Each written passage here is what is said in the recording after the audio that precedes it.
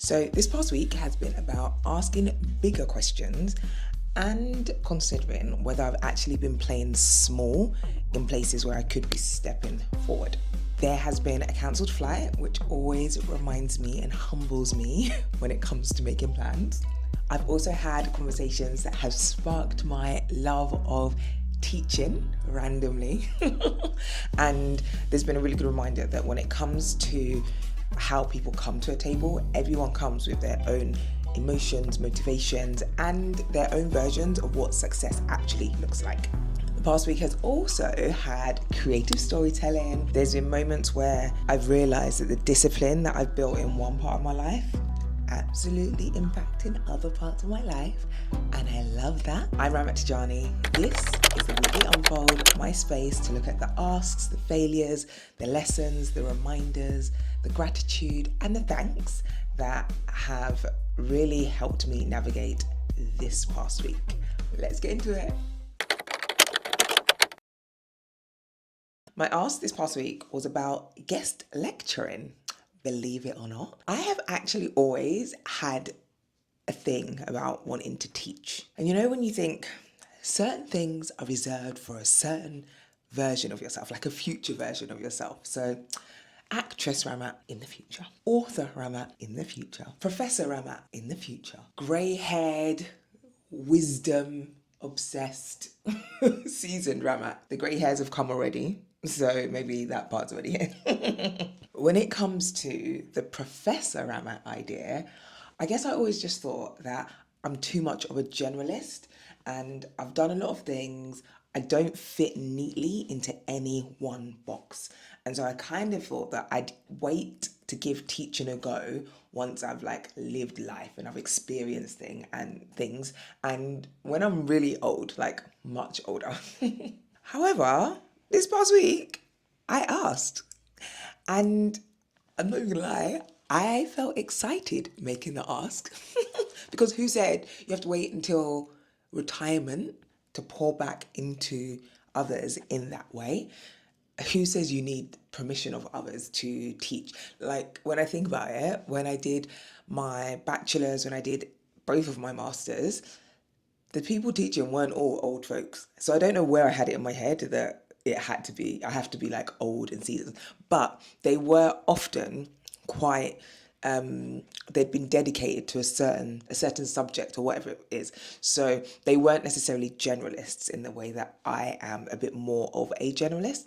But anyway, let's see what happened. Regardless of the outcome, I made the ask, and I'm proud that I made the ask. Failure, booking onto a late flight. Now, I don't tend to book onto late flights wherever I'm traveling. I tend to book on a flight that's coming in or leaving in the morning or in the afternoon. Or if it is a late flight, it's an overnight flight. And I'm like, cool, I'm flying overnight, from the East Coast in the US to London. So it's a red eye flight. But when in Europe, if I'm flying around or if I'm moving around trains, whatever it might be, I always tend to get the flight in the morning or the afternoon. I don't know what possessed me to book a flight that was relatively late. It was at 9, I think it was 9:15. The thing that I thought was going to be an issue was getting through customs, going through checking your bags, the rest of it. I actually breezed through that part. That part was the easy part. Then I came through and you go through buying all where you can buy all your perfumes and all your chocolates and all the rest of it. I walked through and looked up to see what gate I need to go to. It was hours early, so it didn't have it. But what it did say was cancelled in 3 or 4 different languages. I was like, what? I've just come through. There's no desk here that I can. Anyway, turns out they put us on another flight, luckily. But imagine they couldn't put us on another flight because it is late and they don't have any other late flights. So it's a lesson for me. Don't be booking late flights just because you want to lie in or just because you want to spend the day in the office the next day. Although I am glad I did spend the day in the office because we got some really great content. That's beside the point. Think about it sensibly next time, Ramat. And stay away from booking late flights. It's not always the way forward. Be audacious in your asks.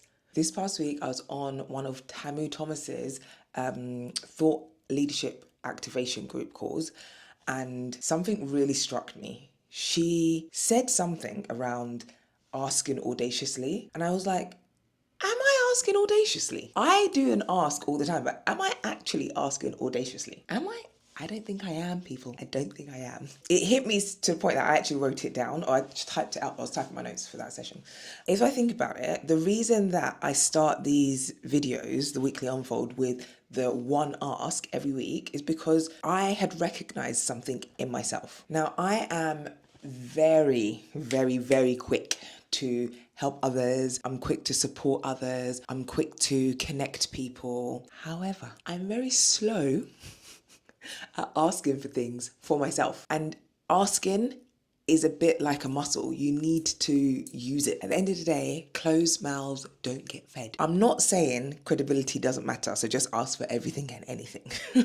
Credibility matters, preparation also matters, but if you have something to offer, ask. Ask for the opportunity, ask for the room, ask for the conversation, ask for the support, because I know one thing for sure, if you don't ask, the answer is definitely no. What have we got to lose? Don't forget that everyone has their own motivations.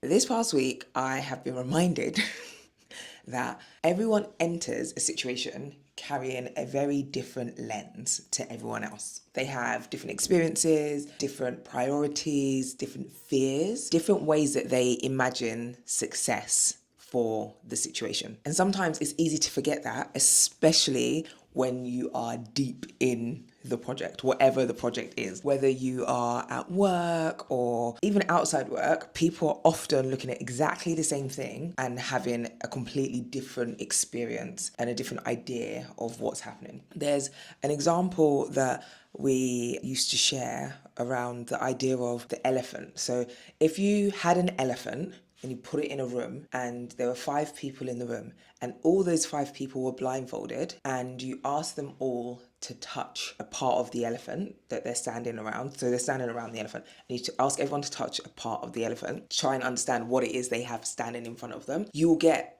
5 different answers because someone is standing at the trunk of the elephant and so they're feeling like this big massive nose of the elephant. Someone else is standing by the ear of the elephant and so they're feeling this kind of like flat texture.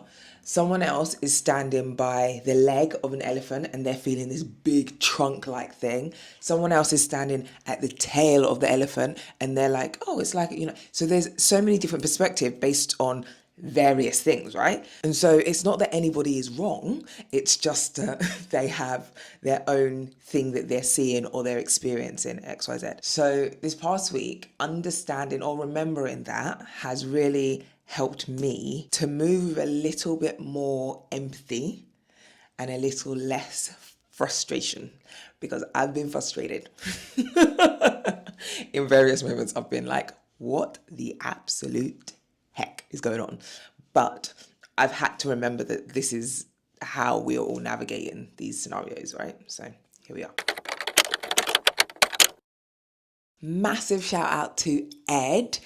This week, Ed managed to get me a South by Southwest London pass last minute. And when I say last minute, I literally mean I went to pick up my actual pass at 8:58. I was the last person to pick up my pass of the event. I have been working abroad for the last couple of days. I was in Belgium, so I wasn't able to actually experience the South by Southwest piece, full stop. But they had some things on the Saturday, which were some films that they were showing across some of the various sites. And I thought, actually, that could be really cool just to double down on creativity and think about how people are telling stories, how people are filming stories. I was gutted that I missed most of the event, but I was glad that I was able to potentially experience this piece of the event. and it was fantastic.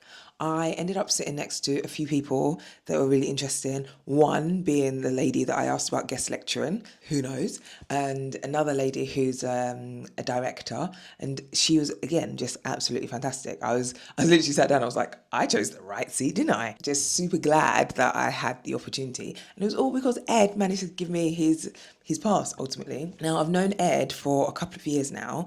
We initially connected when we both went on a program that was taking people to Cannes Lions Festival of Creativity, and he's just one of the most generous connectors that I know. He works at the BBC full time, but he alongside that does so many other things. He built this community called Embrace, and it's for employee resource group leaders and members to kind of like come together, learn from each other, support each other, because it's not easy. ERGs are, I actually think they are super important to organizations and the spirit of organizations and building trust within organizations. And yet, a lot of organizations have been pulling back on their ERGs, and the support that's needed sometimes you can't find within your own space. And so having Embrace as a community has been fantastic, and I've seen it, people build connections through it and support each other through it. It's been great.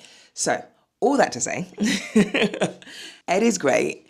He genuinely just leads with service, and we need more Eds in the world. So shout out to Ed. So this past week I got to do a lot of what I absolutely love, storytelling, and I got to do it working with colleagues who just get it. So we were looking at essentially how we uncover some of the stories behind the humans that work in our data centers. It was just really good. Like, I really enjoyed being out there. Some of our colleagues had flown in from the US, and they do this quite often actually, go around different sites to film different pieces, almost like a day in the life piece, and capture different pieces of content that help tell various stories. And it was great, just great kind of communicating, connecting with them and being in the same space with them. Glenn in particular, love Glenn. He's fantastic, and he just gets it. Like, he's open to ideas. He's willing to try things, and I'm like, yeah, need a bit more of that. It's cool, especially when you're thinking about the different sorts of work that we're trying to help people understand in the wider world. Job descriptions are cool, but job descriptions don't always make sense to someone who hasn't worked in a particular field before. And often in certain spaces, we're trying to reach those people. And so being able to explore different ideas and different ways in which we can tell those stories was lots of fun. We did a lot of talking about creativity. We also spoke about gaming. I was not a gamer as a child. We decided either you were or you weren't. I actually really want to get into gaming more now that I'm an adult, and yeah, I need to think about that, how I do that, because I'm just not sure that, I don't know if I will be committed enough ultimately. So then I'll say, yeah, I want to do it, and then I don't actually show up. But who knows? So we were talking about gaming, we were talking about all things creativity, we were talking about true crime, because some of us love true crime. And yeah, random fact of the week. Did you know that the skin of a kiwi can actually be eaten and has mad nutrients, like really, really good nutrients for our body and our skin and all the rest of it? I didn't. I'd be throwing that away all the time. So learn something new. All in all, it was just great kind of working on this project and working with the team this week, and I really, really enjoyed it. So thanks to the team. So those of you that have been here a little while know that I had been doing a boxing program. It all came to an end last week, but it was a see you later, not goodbye. And that is true even in the way I have approached today. So on the program, we usually go for a run in the mornings on a Monday, a virtual run. Everyone's on the call, and we're all doing like a 30-minute run together. I'm going to suggest we do it again, even though we're not doing the program this Monday, as in tomorrow, but I'm going to be at a work event, and so I wouldn't be able to do it.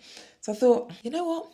let's still go for the run, darling. So I went for the run and it felt good. It felt good. I just think there's something about me saying, or me not saying rather, oh well, you can't do it tomorrow, let's just not do it at all. And actually deciding, no, this is something that you've almost has become part of your norm.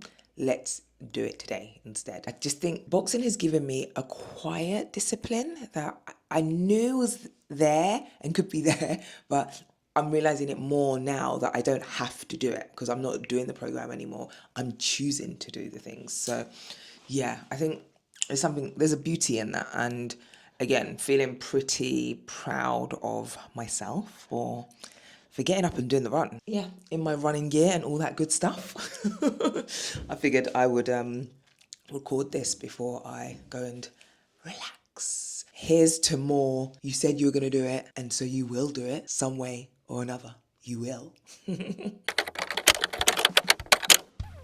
Week 24 of 52, looking a bit busy as per usual. I'm hosting a panel. I'm potentially going to an intimate album show, and work is working. I've got, the next few weeks is going to be a bit mad for work, but it's fine. It's fine.